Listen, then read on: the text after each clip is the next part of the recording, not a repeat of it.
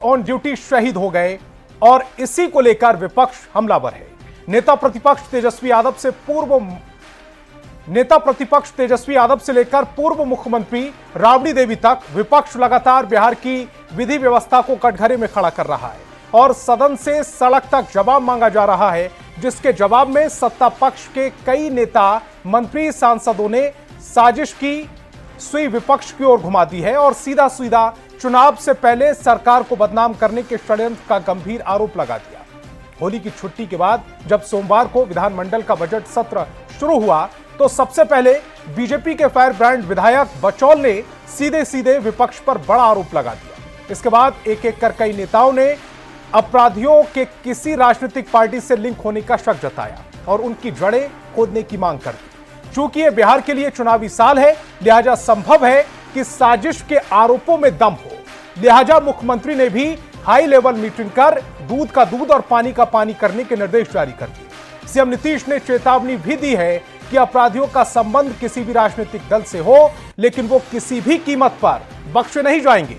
लेकिन सवाल है कि क्या वाकई बिहार में लॉ एंड ऑर्डर बिगाड़ने की साजिश हो रही है? डिबेट की शुरुआत करें उससे पहले एक रिपोर्ट।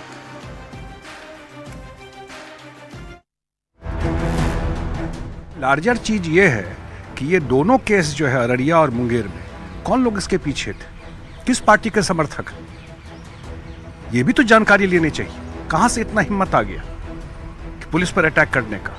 जेडीयू के राष्ट्रीय कार्यकारी अध्यक्ष संजय झा के इस बयान से बिहार की सियासत गर्मा गई है, जिसमें उन्होंने ये सवाल उठाया कि कहीं बिहार में ताबड़तोड़ क्राइम किसी साजिश का हिस्सा तो नहीं है, इसके पीछे कोई एजेंडा तो नहीं है। बिहार के माहौल को खराब करने के पीछे किसी राजनीतिक दल के समर्थकों का तो हाथ नहीं। नॉर्मली पुलिस पर अटैक करना नॉर्मली कम देखा गया है, ये चीज बहुत रेयर चीज में।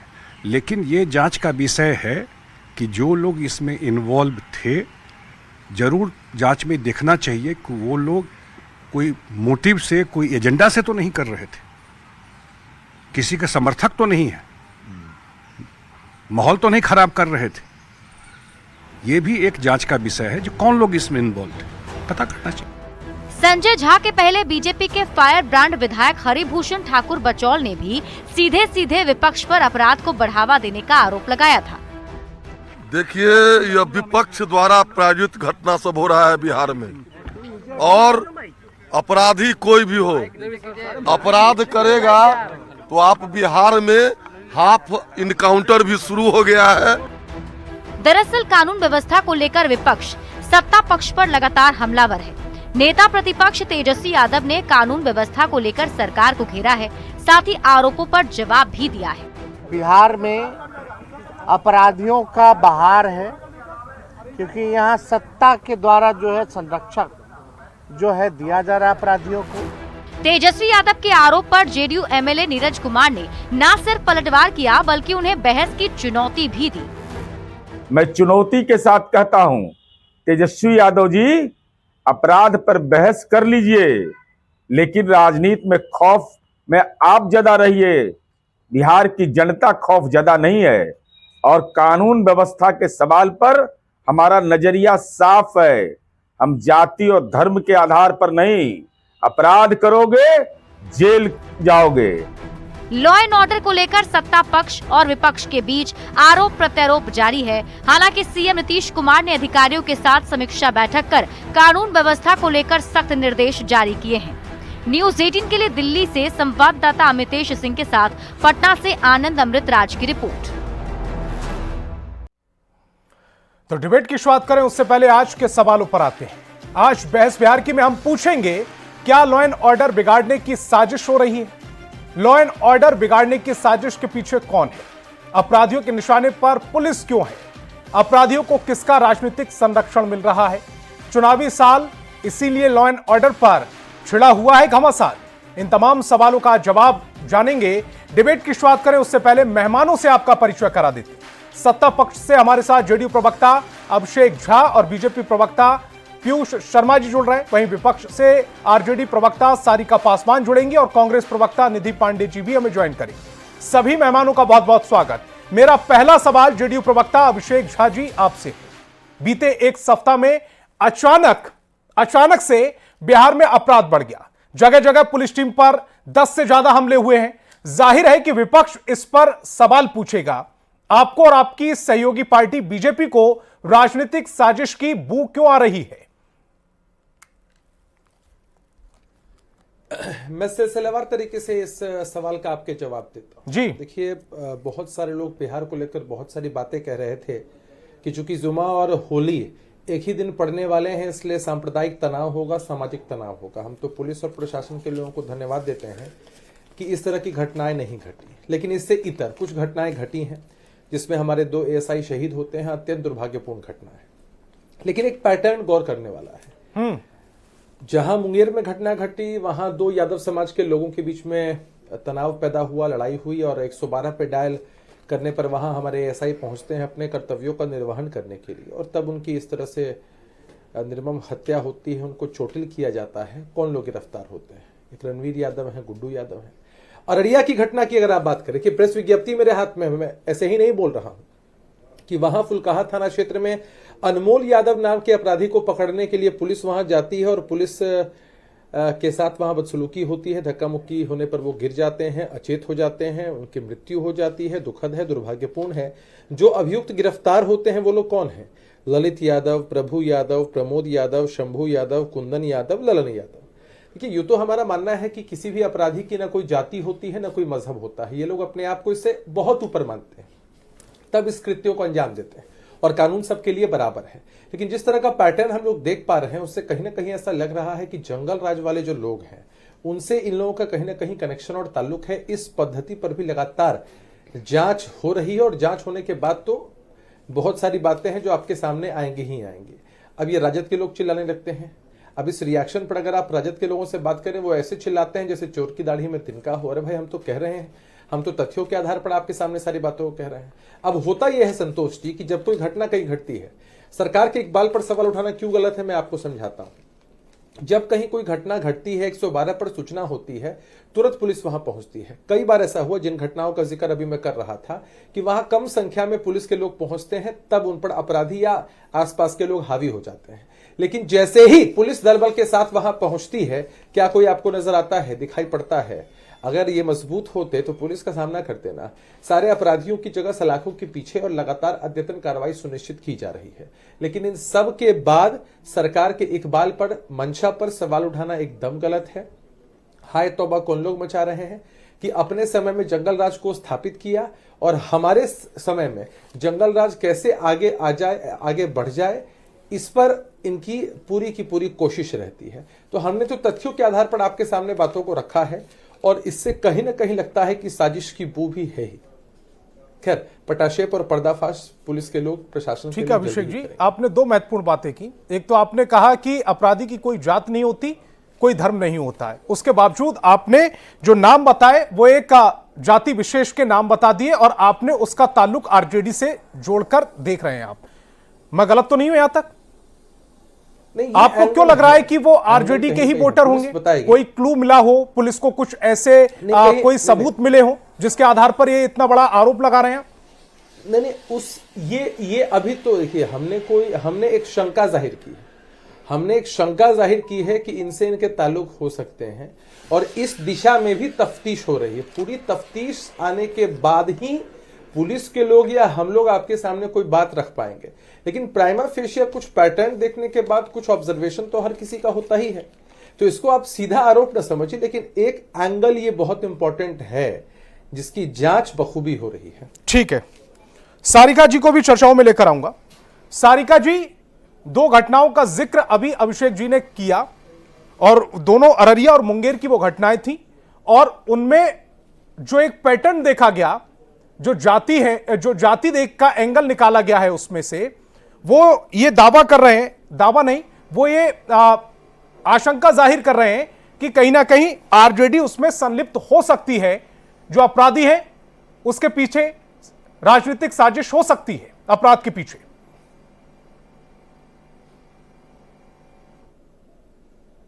सारिका जी की आवाज बढ़ा दी है।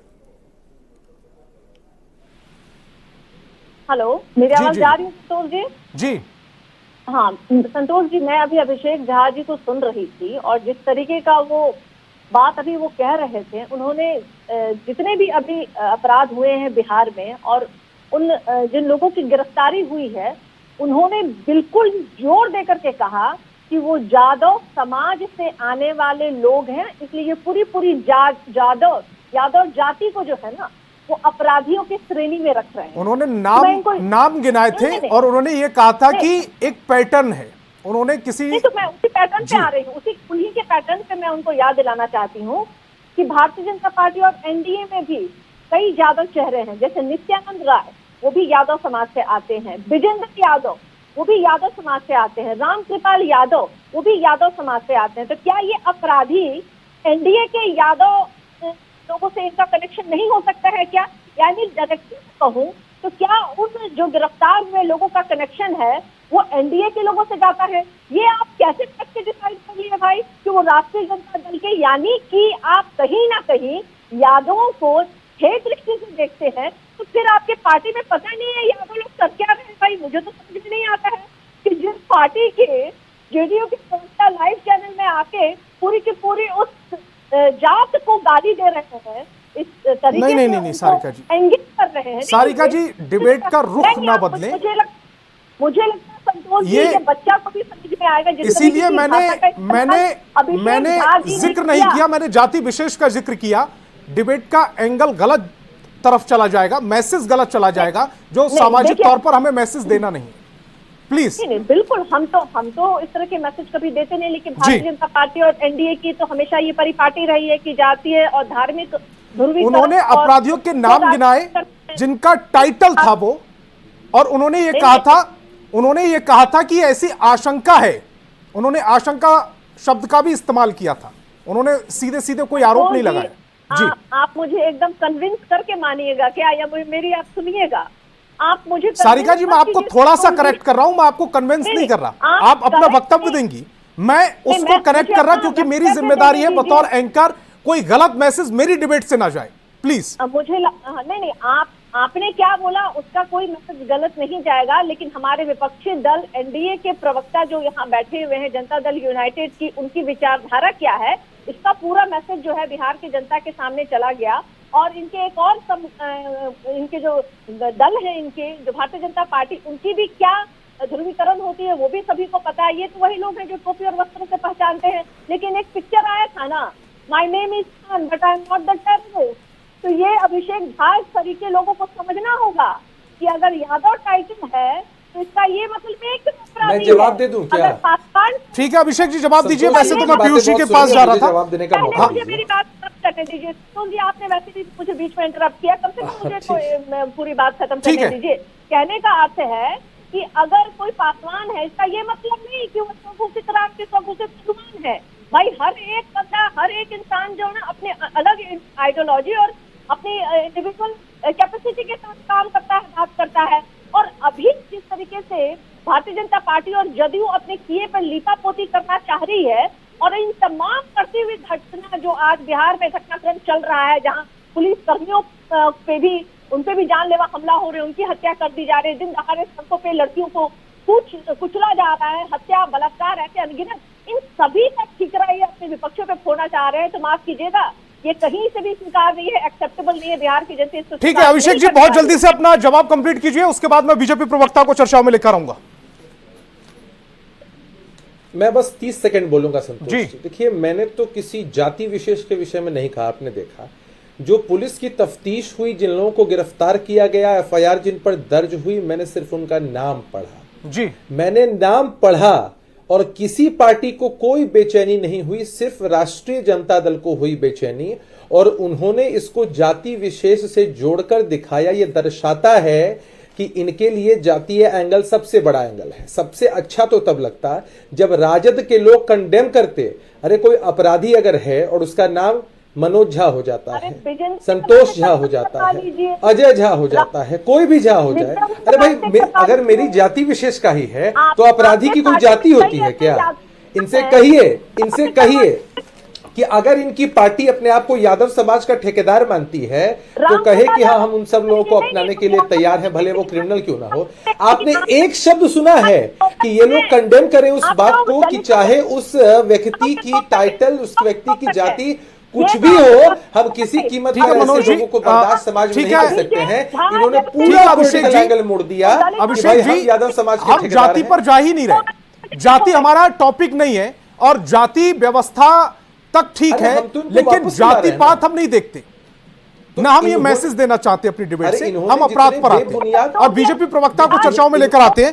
पीयूष जी, ये ऐसा क्यों लग रहा है कि विपक्ष की ये साजिश हो सकती है इस अपराध के पीछे? जो अपराध हुआ है हाल ही के दिनों में, पुलिस टीम पर जो हमले हुए हैं, 2 एएसआई की जान चली गई, आपको ऐसा क्यों लग रहा है कि ये विपक्ष की साजिश है? और साजिश है तो सत्ता में आप है, उन्हें पकड़कर जेल में डालिए। संतोष जी, आवाज जा रही है? जी आ रही है। संतोष जी, पिछले कुछ दिन पहले के घटनाक्रम को आप देखने का काम करें।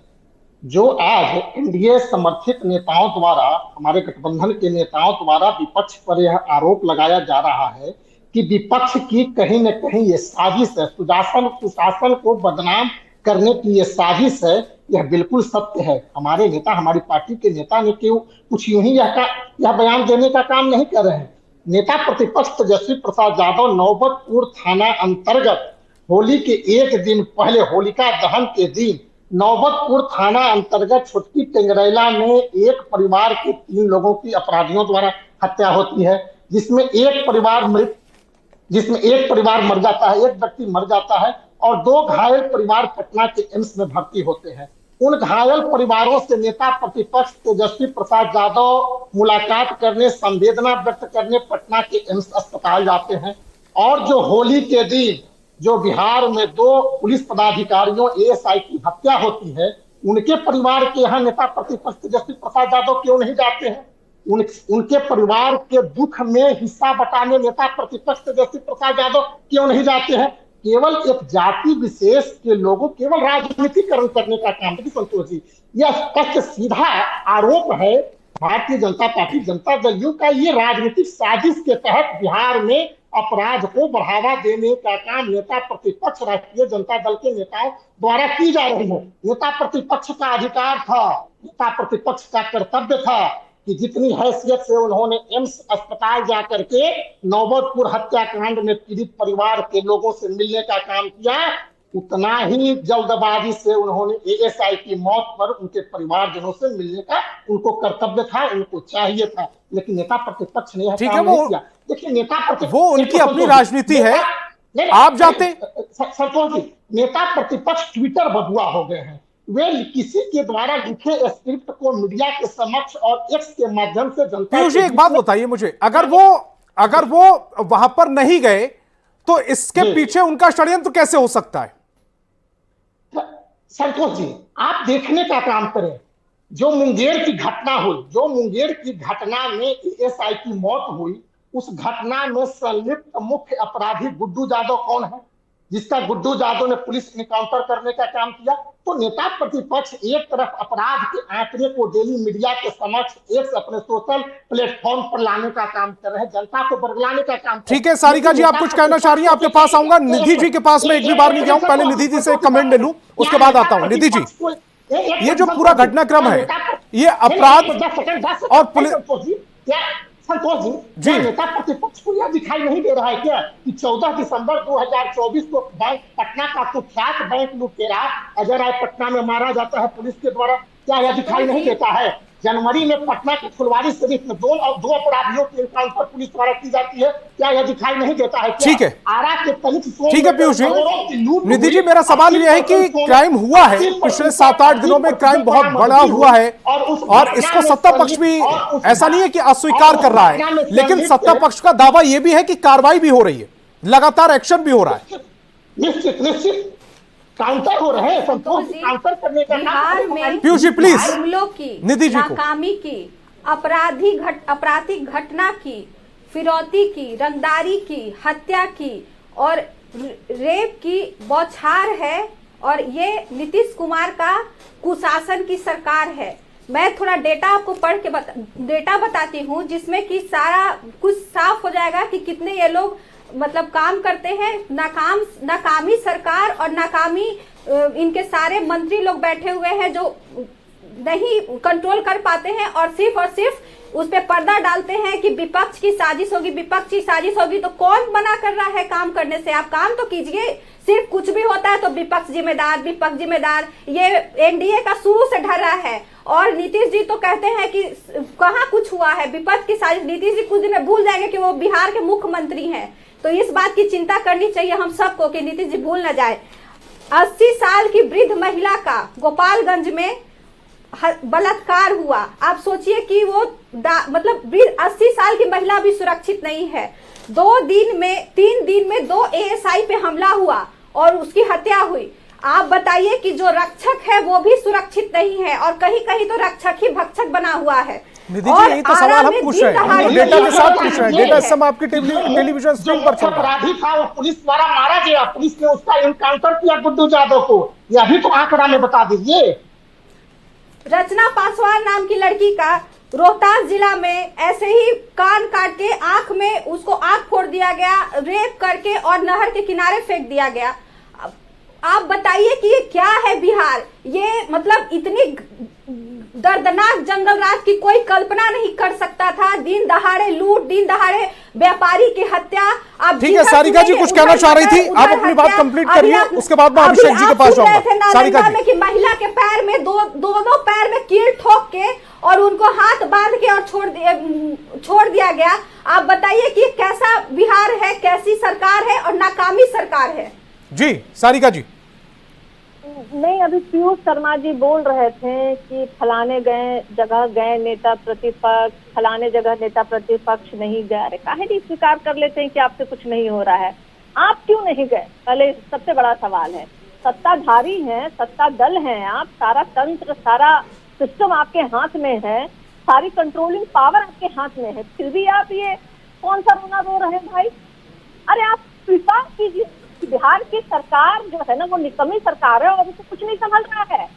और ये आज जो है 18-19 साल का ये जो कहते हैं पाप का घड़ा फूट गया है और ये अब दिख रहा है। अभी तक इन्होंने बड़ी कोशिश की 15 साल पहले। जी, यह 19 साल की सरकार का ही परिणाम है कि आज बिहार की आधी आबादी महिलाएं पटना की शहरों पर 12 बजे रात्रि में 12 बजे रात्रि में घूम रही है। यह 19 साल की सरकार का ही देन है सारिका जी। आज बिहार की आधी आबादी जो महिलाएं हैं वो पूरे बिहार में स्वच्छंद वातावरण में घूम रही है। अब कौन चूड़ी पहना के रखा है? काम कीजिए, गृह विभाग मुख्यमंत्री लोगों का रूप काम जाती था आपके जंगल राज में। आज 80% बिहार की जनता एक एक करके। पीयूष जी, आपके पास आऊंगा मैं। सारिका जी बहुत जल्दी से अपनी बात कंप्लीट कीजिए, उसके बाद समय की कमी है, मुझे जाना पड़ेगा अभिषेक जी के पास। मैं पीयूष जी को ये बताना चाहती हूँ कि पीयूष जी 2005 से पहले ना क्या सुरक्षा का माहौल था वो अपनी माताओं और बहनों से पूछ लीजिएगा। और अभी 18 सारिका जी, अरे बिहार में का जवाब देता हूं। सारिका जी, बिहार में भी हजारों महिलाएं जीवित हैं। समय की खराबी हो रही पीयूष जी, मैं दोबारा से भी आपके पास आता, आप समय बर्बाद कर रहे हैं।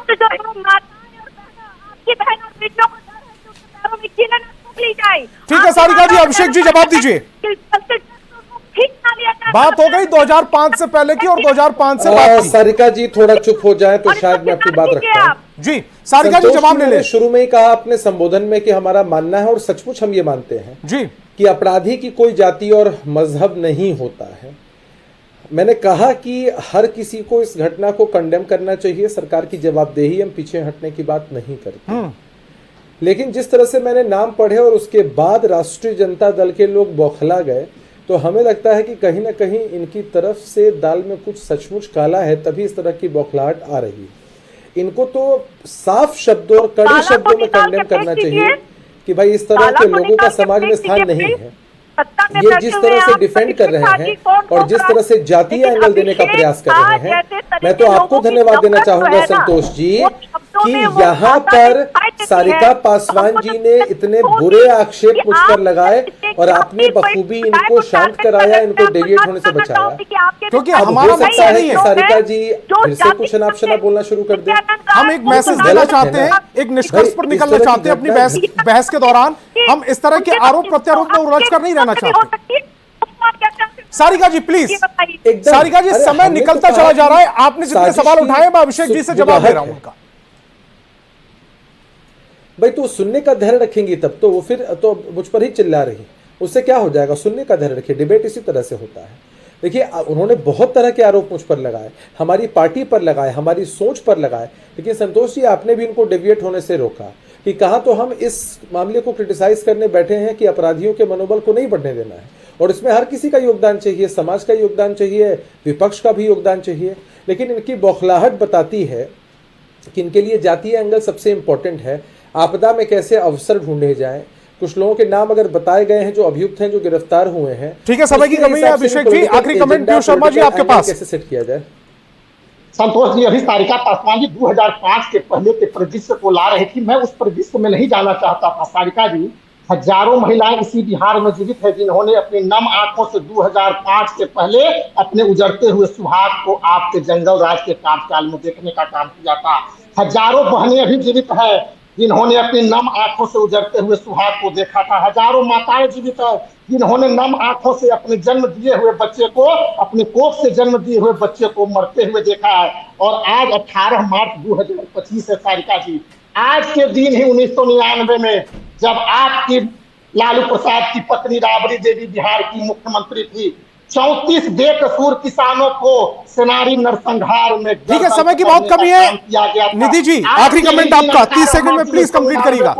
पीयूष जी प्लीज। 34 किसानों का क्या कसूर था? मैं जैसा कि पूछना आप चाहता हूँ देखते हैं कि आपसे। एनडीए वाले काम कुछ नहीं करते हैं, सिर्फ बड़ी बड़ी बातें, सिर्फ ऐसे हुआ था उस जमाने में, ऐसे हुआ था उस जमाने में। अरे भाई अभी आपको कौन मना किया है काम करने से? क्यों चूड़ी पहन के बैठे हैं? काम कीजिए। महिला पे जितना महिला अपराध बढ़ गया है, बेटी सुरक्षित नहीं है, तो जिम्मेदारी किसकी है? ये नीतीश कुमार जी की जिम्मेदारी है। सिर्फ महिला सशक्तिकरण पे भाषण देने से नहीं होगा, काम करने से होगा, और ये हम लोग बर्दाश्त नहीं करेंगे क्योंकि हम लोग महिला माँ बहन सुरक्षित नहीं है। ठीक है सारिका जी आखिरी कमेंट आपका, जनता सुरक्षित नहीं है, व्यापारी सुरक्षित नहीं है, और जवाब देना पड़ेगा। ये जंगल राज निधि जी चरम सीमा मेरे पे पास है। बहुत कम समय है, सारिका जी प्लीज। संतोष जी, 100 बातों की एक बात जी, इस 19 साल के निकम्मी सरकार का आज जो है ना दम निकल रहा है। सारे झूठ जो हैं वो सामने इनके आ रहे हैं, चाहे वो विकास के हो, चाहे लॉ एंड ऑर्डर के हो। ठीक है, मुझे लगता है कि ठीक है, समय की कमी है, इस डिबेट को मुझे यहीं रोकना पड़ेगा। तमाम मेहमान मेरे साथ जुड़े, आपका बहुत बहुत शुक्रिया। लेकिन सवाल लगातार बरकरार है, क्या लॉ एंड ऑर्डर बिगड़ने की साजिश जो हो रही है उसके पीछे कौन है? इस तरह के आरोप क्यों लग रहे हैं? कौन बिगाड़ना चाहता है लॉ एंड ऑर्डर को बिहार में? क्या यह चुनावी साल है इसीलिए जुमले उठाए जा रहे हैं, या वाकई इसके पीछे जब तहकीकात होगी, जब तफ्तीश होगी तो सच सामने निकल कर आएगा? बहस